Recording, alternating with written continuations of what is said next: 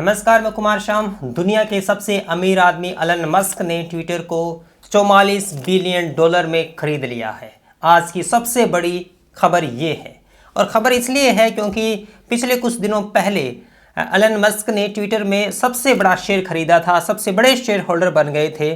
उसके बाद में पराग अग्रवाल ने ट्वीट करके कहा था कि उनके लिए अच्छी बात है कि एलन मस्क उनके बोर्ड में शामिल होंगे। बोर्ड यानी वो ट्विटर का हिस्सा, वह कमेटी जो ट्विटर के सबसे बड़े निर्णय लेती है या किसी भी कंपनी के निर्णय लेती है, फैसले लेती है।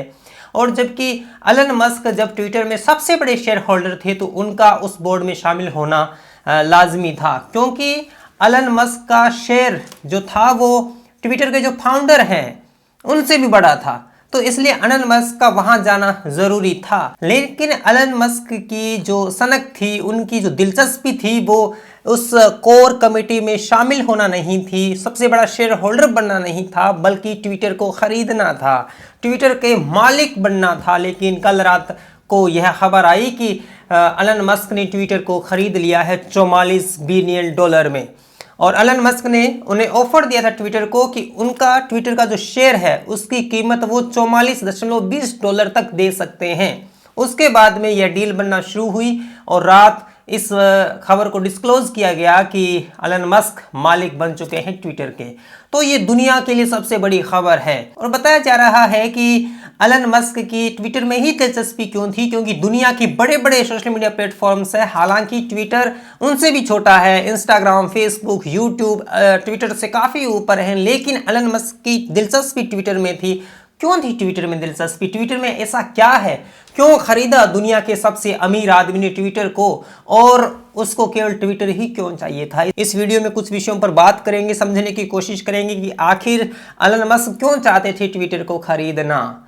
तो आपको बता दूं कि एलन मस्क बार बार यहां पर ट्वीट कर रहे थे, कह रहे थे कि क्या ट्विटर से W हटा दें, क्या ट्विटर पर एडिट बटन शामिल करें, क्या ये फीचर होना चाहिए, और फ्री स्पीच के लिए वहां पर स्थान बनाना चाहते थे, क्योंकि बहुत से नेताओं के, बड़े बड़े नेताओं के, यहां तक कि अमेरिका के पूर्व राष्ट्रपति का ट्विटर ने उनका अकाउंट हटा दिया। तो वो ये कह रहे थे कि यहां पर फ्री स्पीच काफ़ी कम है और यहां पर लोगों को बोलने नहीं दिया जा रहा, ब्लॉक कर दिया जा रहा है, उनके अकाउंट सस्पेंड कर दिए जा रहे हैं।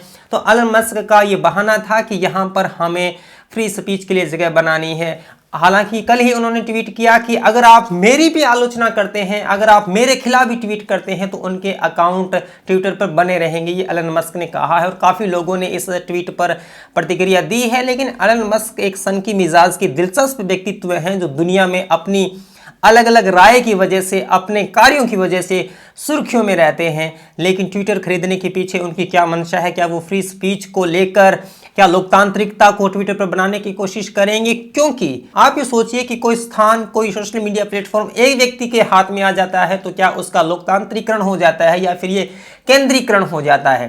क्योंकि लोकतंत्र तब सफल होता है जब उसकी शक्तियां अनेक लोगों में विकेंद्रित हों। आप अगर ठीक तरह से नहीं समझ पा रहे हैं तो मैं कहना चाहता हूं कि यह देश तब चल रहा है जब इसकी शक्तियां कुछ कुछ लोगों के हाथों में बटी हुई है, तो एक व्यक्ति इस पर प्रभुसत्ता नहीं स्थापित कर सकता। ऐसे ही अगर हम समझें ट्विटर को, तो क्या एलन मस्क के एक व्यक्ति के हाथ में आ जाने से वहां पर फ्री स्पीच खुला होगा या फिर संकुचित हो जाएगा? ये महत्वपूर्ण विषय है।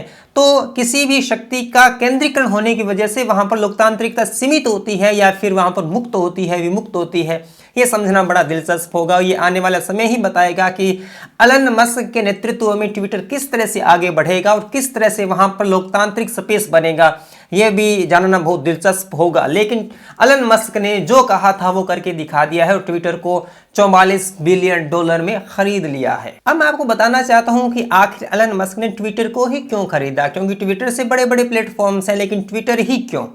देखिए, इंस्टाग्राम हो, चाहे यूट्यूब हो, चाहे फेसबुक हो, वहां पर दुनिया जहान के लोग हैं, हर प्रकार के लोग हैं, हर रुचि के लोग हैं, हर तरह के लोग हैं। वहां पर अनमेच्योर लोग भी हैं, मेच्योर भी लोग हैं। जैसे आप लिंक्डइन की बात करें, वहां पर वही लोग हैं जो बिजनेस से संबंधित लोग हैं, जो कुछ कार्य की तलाश में हैं, कोई अपना जो बिजनेस है उसको फैलाना चाहते हैं। तो लिंक्डइन जो सोशल मीडिया प्लेटफॉर्म है वो सभी के लिए एक तरीके से नहीं है, वह दरअसल कुछ ही लोगों के लिए है और जो कुछ ही श्रेणी के लोगों के लिए है। इसी तरह से ट्विटर की अगर बात करें तो ट्विटर पर राजनीतिक समझ वाले या राजनीतिक टेम्परामेंट वाले लोग वहां पर रहते हैं, जो दुनिया भर में जो राजनीतिक उठापटक है, आर्थिक उठापटक है, उसमें दिलचस्पी लेने वाले लोग वहां पर ज्यादा है। और दुनिया की जो ताकत है वो ताकत निहित है राजनीतिक ऊर्जा में, राजनीतिक शक्ति में। कोई भी देश है, आप चाहे कितने भी बड़े ज्ञानी हैं, कितने भी बड़े बिजनेसमैन हैं, कितने भी बड़े आप स्पोर्ट्समैन हैं, कुछ भी हैं, लेकिन उस देश का जो राजनीतिक महत्व का जो एक विषय है, जो राजनीति है, राजनीति के हाथों में जो शक्ति है, सबसे बड़े निर्णय इन लोगों के लिए भी राजनीति लेती है। तो ये कहा जा सकता है कि अध्यात्म अपने आप में एक शक्ति हो सकती है, पूंजी अपने आप में एक शक्ति हो सकती है, लेकिन राजनीति इनसे भी बड़ी शक्ति है, क्योंकि आप किसी भी भूक्षेत्र पर रहते हैं, वहां की जो राजनीतिक सत्ता है वही इनके लिए निर्णय लेती है। तो एलन मस्क समझते हैं कि ट्विटर पे जो लोग हैं, चाहे अमेरिका के हैं, चाहे किसी भी दुनिया के कोने से हैं, वो सारे के सारे राजनीतिक समझ वाले हैं, या फिर कुछ लोग हो सकते हैं, लेकिन अधिकांश लोग राजनीतिक समझ वाले हैं।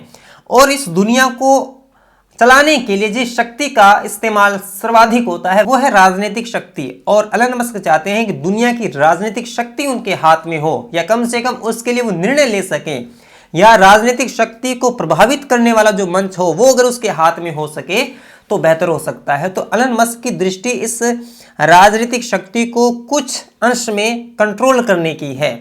और हालांकि कहा जा सकता है कि एलन मस्क के बहुत ज़्यादा फॉलोवर हैं ट्विटर पर, और अपने बिजनेस को लेकर, अपनी आगे की नीति को लेकर जब वो ट्वीट करते हैं तो दुनिया भर में जो शेयर मार्केट है वो ऊपर नीचे होता है, दुनिया में खलबली मच जाती है, दुनिया के बाजार में दरअसल उनके ट्वीट को लेकर चर्चा होती है। और जब वो ट्वीट करते हैं तो एक संस्थान है उससे उनको अनुमति लेनी पड़ती है, क्योंकि उनके ट्वीट की वजह से दुनिया भर का बाजार प्रभावित होता है।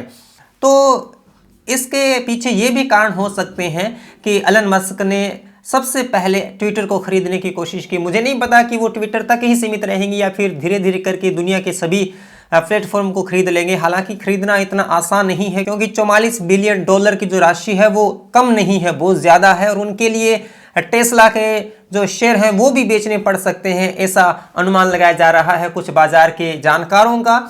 लेकिन आदमी कमाल का है, आदमी दिलचस्प व्यक्तित्व का है, इसमें कोई भी हमें शको शुबा नहीं होना चाहिए।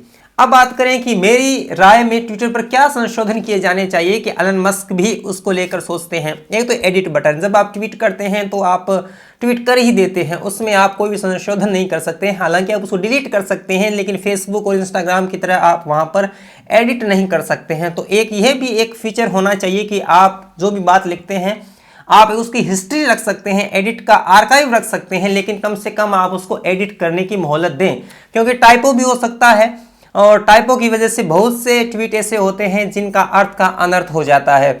और दूसरा ये कि इसका जो एल्गोरिथम है ट्विटर का वो मुझे समझ नहीं आया। जैसे यूट्यूब पे आप वीडियो अपलोड करते हैं तो कोई भी सर्च करता है टाइटल और डिस्क्रिप्शन को लेकर तो वो वीडियो सामने आ सकता है और लोग उस पर चर्चा कर सकते हैं। लेकिन ट्विटर पर इतना तो है कि आप किसी भी हैशटैग पर ट्वीट करते हैं तो हो सकता है कि लोगों के सामने आ जाए, लेकिन वहाँ पर किसी भी व्यक्ति का ग्रो करना आसान नहीं है। कोई बड़ा सेलिब्रिटी, कोई बड़ा फॉलोवर वाला उसको रीट्वीट या उसके ट्वीट को लाइक नहीं करे या फिर उसको रिकमेंड नहीं करे कि आप इसको फॉलो करें, तो बहुत मुश्किल होता है वहाँ पर किसी भी क्रिएटर का, किसी भी विचार का वहाँ पर ग्रो करना, क्योंकि आप अन्य लोगों पर आश्रित हो जाते हैं, उनका रीट्वीट होना ज़रूरी हो जाता है। हालांकि वो भी बड़े लोगों का रीट्वीट होना ज़रूरी हो जाता है।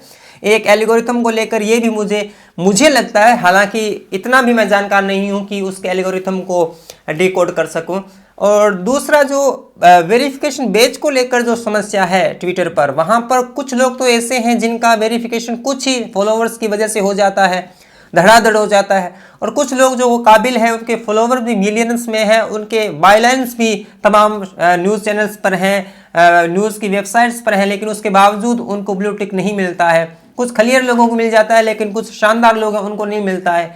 तो ब्लू टिक की जो पॉलिसी है वो पारदर्शी नहीं है, वो स्पष्ट नहीं है कि वो किन आधारों पर लोगों के अकाउंट्स को बेच देते हैं, किन आधारों पर नहीं देते हैं। तो इन चीज़ों में कुछ इम्प्रूवमेंट हो, एलन मस्क इनकी तरफ अगर ध्यान आकर्षित करें अपना, या जिस भी टीम को वो हेड करेंगे, वो अगर इन चीज़ों में सुधार करें तो हो सकता है कि ट्विटर में कुछ और भी संभावनाएं बन सकती है। लेकिन एलन मस्क ने अगर ट्विटर को खरीदा है तो हो सकता है कि इनकी बड़ी एक योजना का हिस्सा हो सकता है। ये व्यक्ति दुनिया पर राजनीतिक रूप से भी, आर्थिक रूप से भी अपना वर्चस्व स्थापित करना चाहता है, इसमें तो कोई शक नहीं है। लेकिन वर्चस्व बुरा होगा या अच्छे परिणाम लेकर आएगा, ये भी भविष्य की गोद में है। तो ये वीडियो आपको कैसा लगा जरूर बताएं, शेयर करें। अगर आप मुझे सपोर्ट करना चाहते हैं तो स्क्रीन पर नंबर्स फ्लैश हो रहे हैं, वहां पर आप मुझे आर्थिक सहयोग कर सकते हैं।